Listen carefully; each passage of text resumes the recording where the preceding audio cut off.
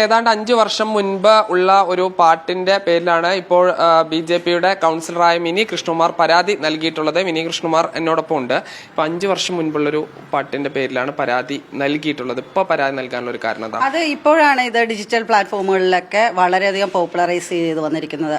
അതായത് നമ്മുടെ ഭാരതത്തിന്റെ പ്രധാനമന്ത്രി ശ്രീ നരേന്ദ്രമോദിജിയെ അദ്ദേഹത്തെ കപടദേശവാദി എന്ന് മോദി കപടദേശവാദി എന്നാണ് പറഞ്ഞത്. ഊരു ചുറ്റുന്നവൻ, വാളെടുത്തവൻ, അത്തരത്തിലുള്ള പരാമർശങ്ങളാണ് അദ്ദേഹം ഒരു മാസ് ഓഡിയൻസിനോട് ഈ റാപ്പർ വേടൻ പറഞ്ഞിരിക്കുന്നത്.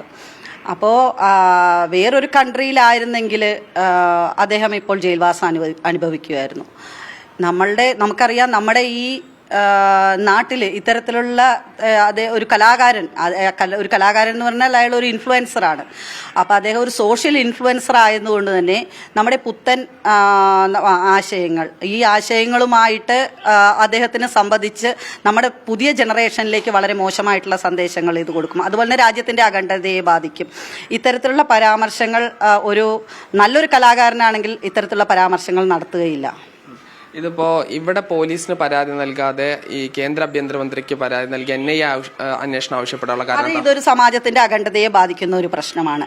പല ഹിന്ദു സമൂഹത്തിലുള്ള ജാതീയതയെ അതിനെ വളരെ മോശമായി ചിത്രീകരിച്ച് അതിനെ തമ്മിലടിപ്പിക്കുന്ന രീതിയിലുള്ള സന്ദേശങ്ങൾ ജനങ്ങളിലേക്ക് തൊടുത്തുവിട്ട് അത്തരത്തിലുള്ള ഒരു ഇഞ്ചക്ഷൻ പുതിയ തലമുറയിലേക്ക് കൊടുക്കുന്നതിന്റെ എന്താണ് അതിന്റെ ഉദ്ദേശം, അതിന്റെ ചേതോ വികാരം എന്താണ്, അത് ഏതൊക്കെ തരത്തിലാണ് നമ്മുടെ ജനങ്ങളുടെ കെട്ടുറപ്പിനെ, അതായത് നമ്മുടെ സമാജത്തിന്റെ കെട്ടുറപ്പിനെ ബാധിക്കുക എന്നുള്ളത് വളരെ ദോഷകരമായ രീതിയിൽ ബാധിക്കും എന്നുള്ള കാര്യത്തിൽ യാതൊരു സംശയവുമില്ല. അദ്ദേഹം ജാതീയതയ്ക്കെതിരെയാണല്ലോ പറയുന്നത്. ഈ ജാതികൾ തമ്മിലുള്ള പ്രശ്നങ്ങളല്ല, ജാതീയത അവസാനിപ്പിക്കണം എന്നുള്ളതാണല്ലോ പറയുന്നത്. ഇന്നത്തെ ആധുനിക കാലഘട്ടത്തിൽ ജാതീയത എവിടെയാണുള്ളത്, അടിമത്തം എവിടെയാണുള്ളത്? അദ്ദേഹം അതിനകത്ത് വളരെ ഹൈലൈറ്റ് ചെയ്ത് അടിമത്തത്തെക്കുറിച്ച് പറയുന്നു. അടിമത്തം എന്നേ നമ്മുടെ മഹാനായ അംബേദ്കർ നിർത്തിയിട്ടുള്ളതാണ്.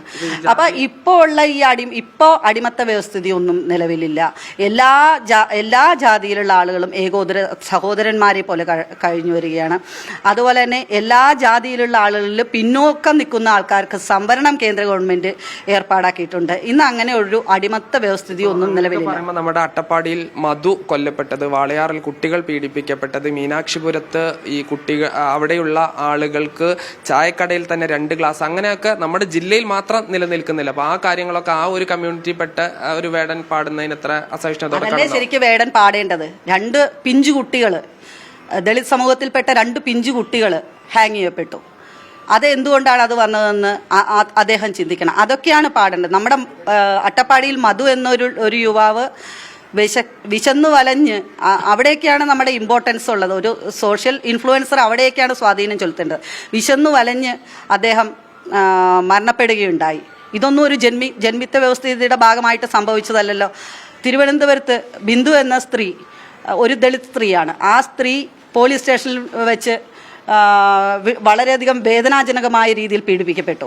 അപ്പോൾ ഇതെല്ലാമാണ് നമ്മുടെ ഒരു ഇൻഫ്ലുവൻസർ എന്ന നിലയിൽ വേടലിൽ നിന്ന് ഞങ്ങളിതെല്ലാമാണ് ആഗ്രഹിക്കുന്നത്. പക്ഷേ അതിന് പകരം അദ്ദേഹം ഒരു കലാകാരൻ എന്നുള്ള നിലയിൽ അദ്ദേഹം ചെയ്തത് എന്താണ്?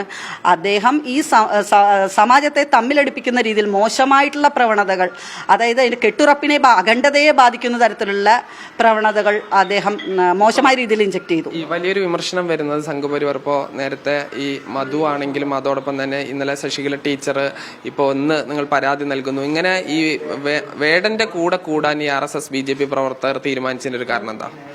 വേടനെ വേട്ടയാടുന്ന കാര്യമൊന്നുമല്ല ഇത്. വേടനെ വേട്ടയാടേണ്ട ഒരു ആവശ്യവും RSSനോ BJPക്കോ ഹിന്ദു സമൂഹത്തിനോ ഇല്ല. അദ്ദേഹം നല്ല തരത്തിലുള്ള മെസ്സേജസ് ആണ് ജനങ്ങളിലേക്ക് പാസ് ചെയ്യേണ്ടത്. അതായത് ഒരു രാജ്യത്തിൻ്റെ അഖണ്ഡതയെയും അതുപോലെ കെട്ടുറപ്പിനെയും വളരെ നന്നായിട്ട് സൃഷ്ടിച്ചെടുക്കുകയാണ് ഒരു ഉത്തമ പൗരൻ ചെയ്യേണ്ടത്. അതാണ് അദ്ദേഹം ചെയ്യേണ്ടിയിരുന്നത്. ഈ താങ്കളുടെ പരാതിയിൽ ഒരു നടപടി ഉണ്ടാവും തന്നെയാണ് പ്രതീക്ഷിക്കുന്നത്? തീർച്ചയായിട്ടും നടപടി ഉണ്ടാവും. ഞാൻ DG NIAക്ക് അയച്ചിട്ടുണ്ട്, പിന്നെ ആഭ്യന്തരമന്ത്രിക്കും അയച്ചിട്ടുണ്ട്.